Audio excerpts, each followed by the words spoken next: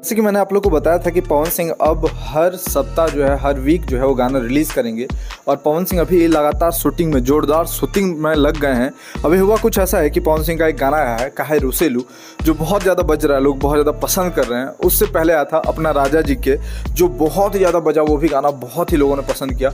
दोनों गाना ईशानी घोष के साथ आया था। जो पहला गाना आया था अपना राजा जी के, उसमें लगभग 33 यानी 33 मिलियन से भी ज़्यादा व्यूज़ चला गया है।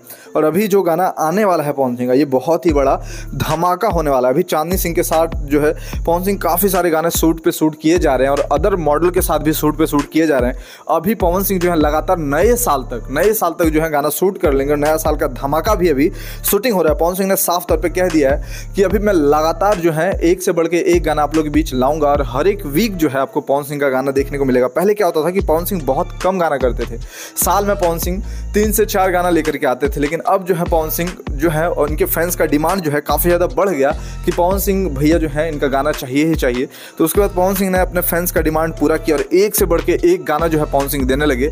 और उधर जो हुआ कुछ ऐसा ही, हरी हरी ओढ़नी दे दी एक ही साल में, और साथ में अपना राजा जी के दिलवा, तोहरा राजा जी के दिलवा टूट जाए, इस प्रकार से और सारा गाना जो है पवन सिंह ने दे दिया। और बहुत सारा गाना पवन सिंह ने दिया, और सब उस वक्त जो है सिर्फ पवन सिंह का ही गाना बजने लगा।